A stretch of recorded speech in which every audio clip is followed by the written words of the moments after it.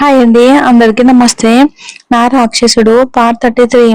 Doctor చూసిన చూపుకి ఆదిత్య అక్కడ నిజంగానే చచ్చిపోవాలి అనిపించింది. అంత భయంకరంగా అనిపించింది. ప్రస్తుతం అతడి పరిస్థితి అసలు ఎలా బయటకు వచ్చాడో కూడా తెలియలేదు. బయటకు వచ్చిన తర్వాత వెంటనే అలానే కింద కూలబడిపోయి గట్టిగా ఏడ్చాడు. ఆదిత్య అలా ఏడుస్తూ ఉండడం చూసిన అందరూ కూడా కంగారు పడిపోయారు. కీర్తన అమ్మా నాన్న మరింత టెన్షన్ పడిపోయి ఏం జరిగింది అంటూ అడిగారు ఆదిత్యని. ఆదిత్యకి అసలు చెప్పడానికి కూడా మాటలు రావట్లేదు. వాళ్ళు పదే పదే అడిగిన తర్వాత అప్పుడు నిదానంగా వాళ్ళ వైపుకు చూసి చెప్పాడు. తనకి హెల్త్ బాగాలేదు, సడన్ గా సర్జరీ చెయ్యాలంట అంటూ అబార్షన్ గురించి తను చెప్పబోతూ ఉండగానే కౌశిక్ వెంటనే వచ్చి ఆదిత్యను గట్టిగా కౌగిలించుకున్నాడు. ఆదిత్య ఆశ్చర్యంగా చూశాడు.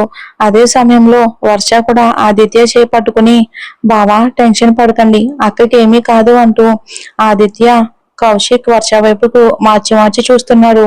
కీర్తన తల్లి తండ్రి ఆదిత్య వైపుకు చూస్తున్నారు. ఇంకా ఏం చెప్తాడు అని. కౌశిక్ వాళ్ళ వైపుకు చూసి, కంగారు పడకండి అత్తయ్య, మావయ్య, చాలా చిన్న సమస్య, హెపెండిసైటిస్, అందుకని అంత నొప్పి వచ్చేసింది. మీకు తెలుసు కదా అది ఎలా ఉంటుందో అని దాని గురించి చెప్పాడు. అతడు హెపెండిసైటిస్ అన్న తర్వాత వాళ్ళప్పుడు కొంచెం రిలాక్స్ గా ఫీల్ అయ్యారు. నిజమే, 24 గంటల లోపల ఆపరేషన్ జరగాలి. చాలా మందికి తమ వాళ్ళల్లో జరిగింది కూడా.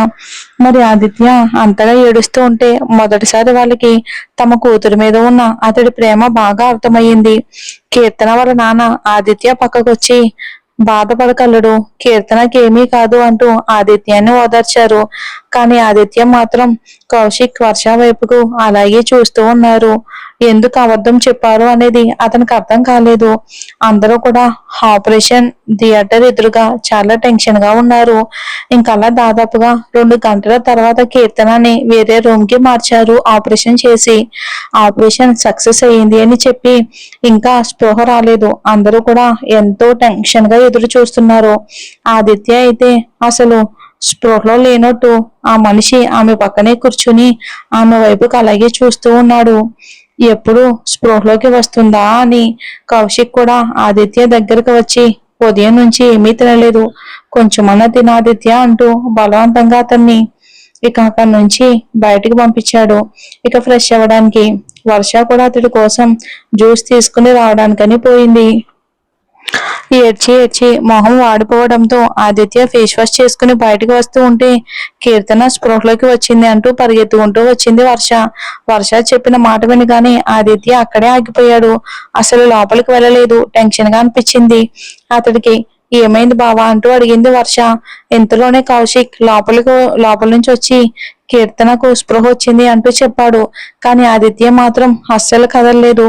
అతడు అలాగే కదలకుండా నిలబడడంతో ఏమైంది అంటూ అడిగారు ఇద్దరు.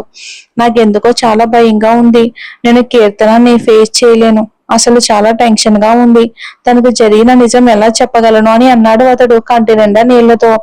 వర్ష కౌశిక్ ఇద్దరు ఒకరి మొహాలు ఒకరు చూసుకున్నారు. ఇందులో మీ తప్పేముంది అంటూ చెప్పారు ఇద్దరు ఒకేసారి. ఆదిత్య ఇద్దరు వైపుకు చూస్తూ, మీరు ఎందుకని అత్తయ్యకి మామయ్యకి అబద్ధం చెప్పారు, తన సర్జరీ గురించి అబార్షన్ గురించి ఎందుకు చెప్పలేదు అంటూ అడిగాడు. అతడు నిజం చెప్పాలి కదా అని అన్నాడు. అక్కడ నిజం తెలిస్తే వాళ్ళు జీవితాంతం నిన్ను ద్వేషిస్తూనే ఉంటారు. నువ్వు చేసిన పనికి ఇంతకు ముందు నువ్వు ఎలా ఉన్నావు అనేది తెలియదు, కానీ ఇప్పుడు చాలా మారిపోయావు. నీకు కీర్తన అంటే ప్రాణం, అందుకే అలా చెప్పాల్సి వచ్చింది అన్నాడు కౌశిక్. నిజం బావా, అక్కకి నువ్వంటే చాలా ఇష్టం, నీకోసం ఏమైనా చేస్తుంది. ఇప్పుడు నువ్వు పూర్తిగా మారిపోయావు. ఎప్పుడో అది గతంలో జరిగిన తప్పులకి పొరపాటున శిక్ష ఇప్పుడు అనుభవిస్తూ ఉన్నారు, అందుకే అని చెప్పింది వర్ష కూడా. కానీ ఆదిత్య ఇద్దరు వైపుకు చూస్తూ, మీరేం చేసినా సరే నేను మాత్రం నిజం చెప్తాను, అట్లీస్ట్ కీర్తనకైనా చెప్తాను, తన దగ్గర నేను ఎటువంటి విషయం దాచలేను, ఆ విషయం మీకు కూడా తెలుసు కదా అంటూ అతడు కదలబోతూ ఉంటే కౌశిక్ అతని చేయి పట్టి ఆపేశాడు. ఆదిత్య తన వైపుకు తిరిగి చూశాడు. ఈ విషయం కనుక నువ్వు చెప్తే ఏ ఆడపిల్లైనా భర్త ఎన్ని తప్పులు చేసినా క్షమిస్తుంది, కానీ తన బిడ్డ చనిపోవటానికి కారణమయ్యాడు అంటే అస్సలు క్షమించలేదు కీర్తన. తర్వాత నేను జీవితాంతం తను ద్వేషిస్తూనే ఉంటుంది. నా మాట విని ఈ మ్యాటర్ ఇక్కడితో వదిలేద్దాం అని అన్నాడు కౌశిక్ ఆదిత్యతో. కౌశిక్ ఎలాగో ఒకలాగా కీర్తనకు వేరే రకంగా చెప్తాము అంటూ, వర్ష కూడా కౌశిక్ చెప్పింది కరెక్టే అంటూ ఆదిత్యకు నచ్చ చెప్పాలని చూసింది. లేదు కౌశిక్ లేదు, అబద్ధం చెప్పి నేను ప్రేమను సంపాదించలేను. ఒకవేళ నేను నిజం చెప్పడం వల్ల తను నన్ను ద్వేషిస్తే ఆ ద్వేషానికి నేను అర్హుణ్ణి. ఎందుకంటే నేను చేసిన పనులు అటువంటివి. నా వల్ల తను తన బిడ్డను కోల్పోయింది కాబట్టి నేను ఈ విషయం దాచలేను అంటూ ఆదిత్య నేరుగా కీర్తన దగ్గరికి ఒక్కొక్క అడుగు వేసుకుంటూ వెళ్ళాడు. ఆదిత్య లోపలికి వెళ్ళేసరికి కీర్తన పక్కన ఆమె తల్లి తండ్రి ఉన్నారు. వాళ్ళు కీర్తనని చూసి సంతోషపడ్డారు. ఆమెకేమీ కాలేదు అని. ఇక ఆదిత్య రావడంతో ఇద్దరు ఆదిత్యని అక్కడ వదిలి బయటికి వెళ్ళిపోయారు. కీర్తన అతడి వైపుకి చూసింది. ఎక్కడికి వెళ్ళిపోయావు నువ్వు అంటూ. నాకు స్పృహ వచ్చినప్పుడు నువ్వు నా ఎదురుగా ఉండాలి కదా, మరి కనిపించలేదు, ఏమైపోయావు, ఎక్కడికి వెళ్ళిపోయావు అంటూ వరుసగా ప్రశ్నలు వేసింది. కీర్తన లేచి కూర్చోవాలి అని ప్రయత్నిస్తే ఆదిత్య ఆమె ప్రయత్నాన్ని అడ్డుకున్నాడు. ఇట్స్ ఓకే, ఏమీ కాదు, అనవసరంగా లేవాలి అని చూడొద్దు అంటూ. కీర్తనకేమీ అర్థం కాకుండా అతడి వైపుకు చూసింది. ఏమైంది నీకు అది, ఎందుకు ఏడుస్తున్నావు అంటూ ఆదిత్య వైపుకు చూస్తూ అడిగింది. డోంట్ వరీ ఆదిత్య, నాకేమీ కాలేదు, చూడు నేను బాగున్నాను, సర్జరీ కూడా సక్సెస్ అయ్యింది, హ్యాపీగా ఉన్నాను కదా అని. ఆదిత్య మాత్రం తనకు ఆ విషయం ఎలా చెప్పాలో అర్థం కాక కళ్ళతోనే ఆమె వైపుకు చూస్తూ ఉన్నాడు బాధతో. తన వల్ల ఎంత పాపం జరిగిపోయింది అని. Aditya, what happen, look at me, I'm fine అంటూ చిరునవ్వుతో చెప్పింది కీర్తన. ఆదిత్య కీర్తనకు మరింత క్లోజ్ అయ్యి, నేను ఒక విషయం చెప్పాలి, ప్లీజ్ దయచేసి నన్ను క్షమించు, ఐఎమ్ సారీ, కానీ నువ్వు నన్ను క్షమించలేవు, నాకు తెలుసు, అది విన్న తర్వాత అంటాడు. కీర్తన క్వశ్చన్ మార్క్ ఫేస్ తో చూసింది. కీర్తు, నీకు అబార్షన్ అయ్యింది, నీకున్న ఫిజికల్ మెంటల్ స్ట్రెస్ వల్ల, నా వల్ల అన్నాడు చిన్నగా. అబార్షన్? నాకు అసలు కన్సీవ్ నేనెప్పుడయ్యాను, ఇదంతా ఎప్పుడు జరిగింది అని అంది ఆమె నమ్మలేనట్టు. అప్పటికే ఆమె కళ్ళల్లో కన్నీళ్ళు వస్తున్నాయి. ఇదంతా తెలియగానే జరిగిపోయింది, కానీ నువ్వు పడిన మెంటల్ ఫిజికల్ స్ట్రెస్ వల్ల అబార్షన్ అయ్యింది అన్నాడు ఆదిత్య. అంతే, ఉన్నట్టుండి కీర్తన బరస్ట్ అయిపోయి గట్టిగా ఏడ్చేసింది. ఆదిత్య తనను ఓదార్చాలి అని చూశాడు. Don't touch me, I hate you అంటూ గట్టిగా చెప్పింది కీర్తన. ప్లీజ్, ఐఎమ్ సారీ, నాకు నిజంగానే ఏమీ తెలియదు, కావాలి అని నేను చేయలేదు, నిజంగానే, అసలు నువ్వు ప్రెగ్నెంట్ అన్న విషయం కూడా నాకు తెలియదు, I love you Keerthana, please అని అన్నాడు అతడు ఏడుస్తూ. అన్నీ మర్చిపోతాను, నిన్ను క్షమిస్తాను, అయితే నా బేబీని నాకు తెచ్చివ్వు అని అంది కీర్తన ఏడుస్తూ. నీ దగ్గర పవర్, మనీ, స్టేటస్ అన్నీ ఉన్నాయి కదా, మరి చేస్తావా, నా బిడ్డని చంపేశావు కదా, ఏ క్షణమైతే నా బిడ్డ చనిపోయిందో ఆ క్షణమే నీ మీద ఉన్న ప్రేమ కూడా చచ్చిపోయింది. అసలు ఇంకెప్పుడు నా దగ్గరికి రాకు, ఎప్పుడు రావద్దు. నువ్వు నన్ను నమ్మింది అసలు నమ్మకుండానే ఇంత దూరం వరకు తీసుకుని వచ్చి ఇలా చివరికి నా నుంచి దూరంగా ఉండు, అర్థమైందా?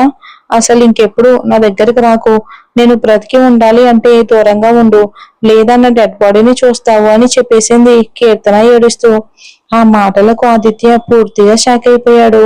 కీర్తన, ప్లీజ్ ప్లీజ్ కీర్తన, అటువంటి మాటలు మాట్లాడొద్దు, ఐ లవ్ యూ, నాకు తెలియకుండానే జరిగింది, ఐఎమ్ సారీ అంటూ ఏడ్చేశాడు అతడు ఆమె చేతులు పట్టుకోవడానికి ప్రయత్నిస్తూ. పక్కన ట్రేలోనే ఉన్న నైఫ్ చూసి కీర్తన దానిని తన గొంతు మీద పెట్టుకుంది. నువ్వు దగ్గరకు వచ్చావంటే చచ్చిపోతాను, చీ పోర్ అసలు, గెట్ లాస్ట్. ఆదిత్యకి ఏం చెయ్యాలో అర్థం కాక అక్కడి నుంచి వెళ్ళిపోయాడు. ఇంకలా దాదాపు ఒక వారం రోజుల వరకు ఆమె హెల్త్ అస్సలు బాగోలేదు. అన్నట్టు కీర్తన హాస్పిటల్లోనే ఉంది. ప్రతి ఒక్కరూ కూడా ఇక అపెండిసైటిస్ ఆపరేషన్ వల్లనే అనుకున్నారు.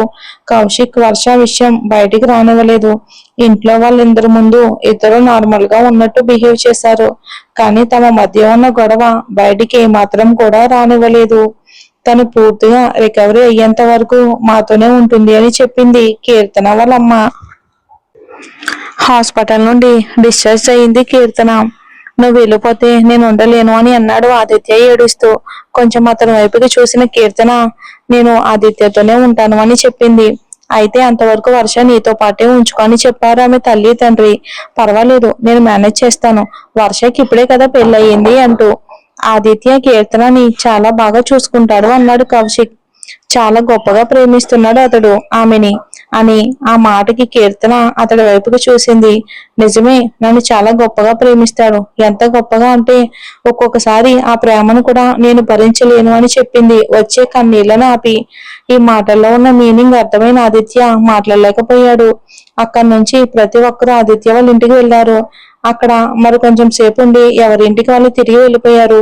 ఆ రోజు నుంచి ఆదిత్య కీర్తన మధ్య అసలు ఎక్కువగా మాటలు లేవు. ఆమె బెడ్రూమ్ లో ఉంటే అతడు హాల్లోనే ఉండేవాడు. దగ్గరికి రానివ్వటం లేదు. ప్రతిరోజు తనకి పుట్టిన బిడ్డ గురించి ఏడుస్తూ ఉండేది కీర్తన. ఒకరోజు ఆదిత్య ఇంకా నిద్ర లేవనే లేదు. ఉదయాన్నే కీర్తన రెడీ అవ్వడం చూసి ఎక్కడికి వెళ్తున్నావని అడిగాడు. అయితే ఆమె సమాధానం ఏమాత్రం చెప్పలేదు. కీర్తన బ్రేక్ఫాస్ట్ రెడీగా ఉంది, ఈ మధ్య నువ్వు సరిగ్గా తినడం లేదు అని చెప్పాడు. అయినా సరే ఆమె ఏమాత్రం పట్టించుకోకుండా రెడీ అయ్యింది. కీర్తన ఎక్కడికి వెళ్తున్నావు అని అడిగాడు ఆదిత్య మళ్ళీ. మరి ఇద్దరు కలుస్తారా, ఏం జరుగుతుందో ఏంటో మళ్ళీ వచ్చే ఎపిసోడ్ లో చూద్దామండి. Thanks for watching.